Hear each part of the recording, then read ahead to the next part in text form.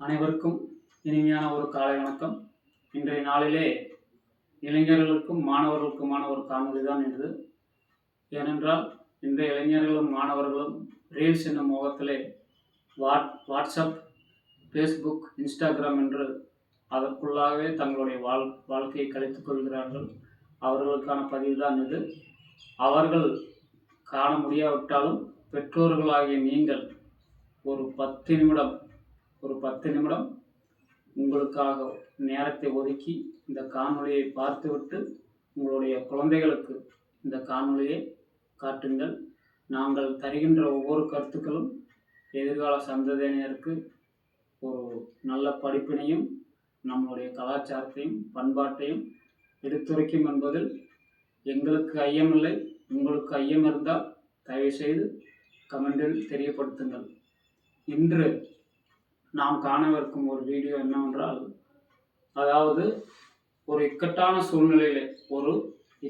ஒரு சந்தர்ப்ப சூழ்நிலையில என்னடா இது என்னை இப்படி தர்ம சங்கடத்துக்கு ஆளாக்கிட்டியே, அதாவது என்னடா இது என்னை இப்படி ஒரு இக்கட்டான சூழ்நிலையில் தர்ம சங்கடத்துக்கு ஆளாக்கிட்டியே என்று நமது கிராமப்புறங்களிலே சொல்வார்கள். அது என்னது தர்ம சங்கடம், அதாவது தர்ம சங்கடம் என்றால் என்ன என்பதைத்தான் இந்த காணொலி வாயிலாக காணவிருக்கிறோம். தர்ம சங்கடம் என்றால் என்ன, தர்ம சங்கடம் என்றால் என்ன என்று விளக்குவதுதான் இன்றைய காணொலியின் நோக்கம். அதாவது மகாபாரதம் என்ற ஒரு இதிகாசத்திலிருந்து ஒரு சின்ன நிகழ்வு. மகாபாரதம் என்ற ஒரு இதிகாசத்திலிருந்து ஒரு சின்ன நிகழ்வு. கௌரவர்களின் படைத்தளபதியாக துரோணாச்சாரியர் இருக்கிறார். கௌரவர்களின் படைத்தளபதியாக துரோணாச்சாரியர் இருக்கிறார்.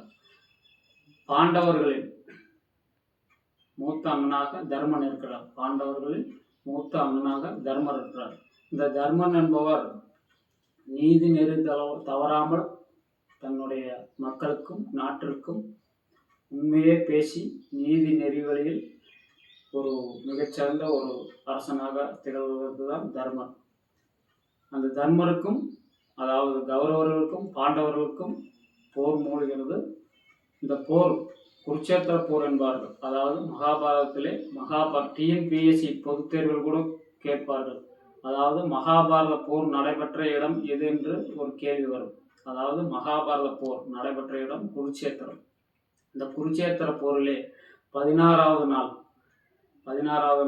குருட்சேத்திர போரிலே கௌரவர்களின் படைத்தளபதியான துரோணாச்சாரியனுடைய படை வீரர்கள் கொஞ்சம் கொஞ்சமாக பாண்டவர்களின் போர் வீரர்களை கொள்கிறார்கள். கொஞ்சம் கொஞ்சமாக பாண்டவர்களுடைய படை அழியும் தருவாயில் இருக்கிறது. அப்போது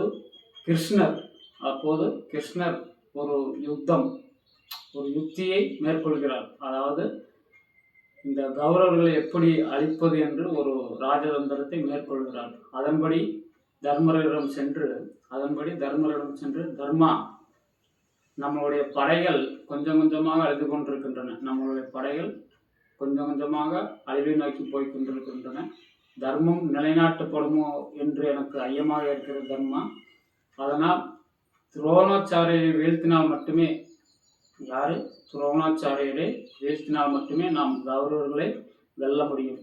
அதனால் நீ ஒரு பொய் சொல்ல வேண்டும்.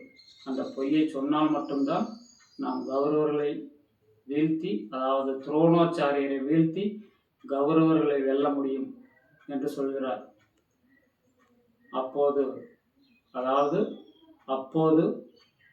தர்மனுடைய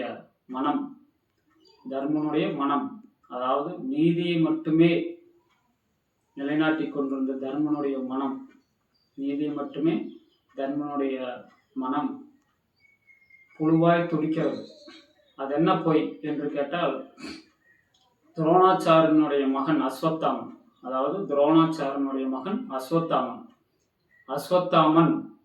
அஸ்வத்தாமனை கொன்றேன் என்று மட்டும் ஒரு பொய் சொல் அப்படி என்று சொல்கிறார் தர்மனிடம். கிருஷ்ணர் தர்மனிடம் சொல்கிறார், தர்மா, அஸ்வத்தாமனை கொன்றேன் என்று மட்டும் ஒரே ஒரு பொய்யை சொல்.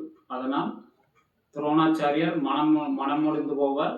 அவரை நாம் வீழ்த்தி விடலாம் என்று ஒரு யுக்தத்தை சொல்கிறார். அப்போது தர்மர் ஒரு இக்கட்டான நெருக்கடிக்கு, இக்கட்டான சூழ்நிலைக்கு உள்ளாகி மனம் வேதனை அடைகிறார்.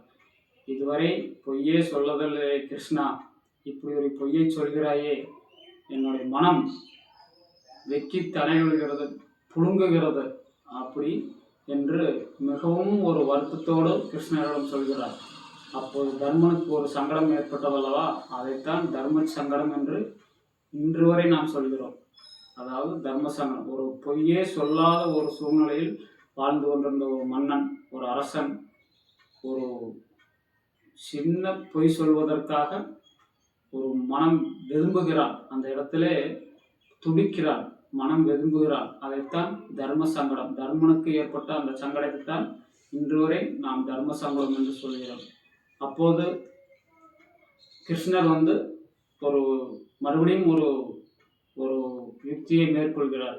அந்த யுக்தி என்னவென்றால், தர்மா, நீ அஸ்வத்தாமனை கொன்றேன் என்று சொல்வதோடு நீ சொல்ல மாட்டாய் என்று எனக்கு தெரியும். அதனால் இன்னொரு யுக்தியை சொல்கிறேன், அதன்படியாவது சொல்லுகிறார். அதாவது அஸ்வத்தாம கத குஞ்சரா, அஸ்வத்தாம கத குஞ்சரா. இந்த அஸ்வத்தாம கதா என்பதை வேகமாக சொல். அதாவது அஸ்வத்தாம கதா, அஸ்வத்தாமனை கொன்றேன் என்று வேகமாக சொல். குஞ்சரா என்று மெதுவாக சொல். குஞ்சரா என்று மெதுவாக சொல். குஞ்சரா என்றால் யானை. அதாவது அஸ்வத்தாமன் என்கின்ற யானையை கொன்றேன் அப்படி சொல் என்று சொல்கிறார்.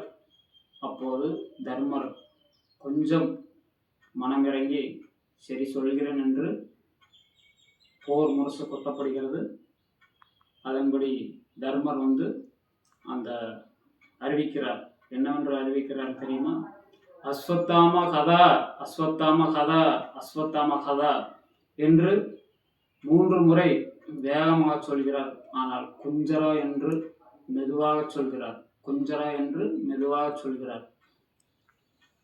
குஞ்சரா என்று மெதுவாக சொன்னவுடன் நீதியை மட்டுமே நிலைநாட்டிக் கொண்டிருந்தார்.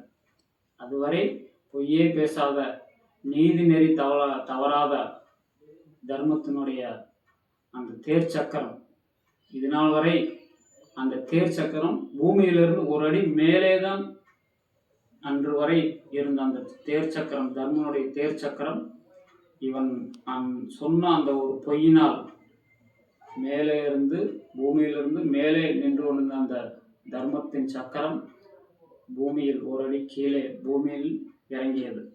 அப்போது தர்மம் மட்டுமல்ல, தர்மத்தினுடைய சக்கரமும் சிக்கியது. இதுதான் தர்மனுக்கு ஏற்பட்ட ஒரு கதை. இதை வள்ளுவர் கூட குரலில் அழகாக சொல்வார். பொய்மையும் வாய்மையடைத்த புரை தேர்ந்த நன்மை பயக்கம் எனும்.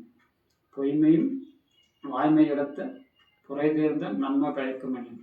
அதாவது ஒரு நல்லது நடக்கும் என்றால், நல்லது சொல்ல வேண்டும் என்றால் ஒரு பொய்யை சொல்வதில் தவறில்லை என்று சொல்வார்கள். பாரதியார் கூட ஒரு பாட்டிலே சொல்வார், பாஞ்சாலி சபதத்திலே சொல்வார். அதாவது தர்மத்தின் வாழ்வதனை சூதுகவும் தர்மமே மறுபடி வெல்லும் எனமையற்கை மர்மத்தை நம்மாலே உலகங்கற்கும் வழி தேடி விதிந்த செய்வாய்.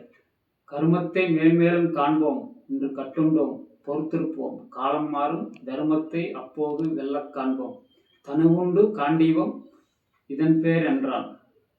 இப்படி பல செய்திகளையும் பல நிகழ்வுகளையும் நாங்கள் சிந்தனைக்களம் நிகழ்ச்சி மூலமாக அன்றாட மக்களுக்கு வழங்கி கொண்டிருக்கிறோம்.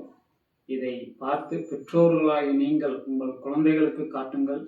ஏனென்றால் நம்முடைய தமிழர் பண்பாடு, நாகரிகம், பழக்க வழக்கம், வாழ்வியல் நடைமுறைகள் இவையெல்லாம் நம்மளுடைய குழந்தைகளுக்கு சென்று சேர வேண்டும். அவர்கள் எதிர்காலத்தில் புராணங்களையும் இதிகாசங்களையும் நல்ல புத்தகங்களையும் படித்த ஒரு அறிஞராக, படிக்காவிட்டாலும் பரவாயில்லை, என்னை போன்ற ஒரு அனுபவசாலிகள் வாழ்க்கையில் நான் கற்றுத் தேர்ந்த அனுபவங்களையும் கற்ற பாடங்களை மட்டுமே உங்களுக்கு நான் இந்த காணொளி வாயிலாக சொல்லிக் கொண்டிருக்கிறேன். இந்த காணொளி ஒவ்வொரு இளைஞர்கள் மத்தியிலும், ஒவ்வொரு மாணவர்கள் மத்தியிலும் அவர்களுக்கு ஒரு நல்ல விழிப்புணர்வையும் ஏற்படுத்தும் என்று நம்புகிறேன். தயவுசெய்து இந்த காணொளி பிடித்திருந்தால் லைக் செய்யுங்கள், ஷேர் செய்யுங்கள், கமெண்ட் செய்யுங்கள். நன்றி.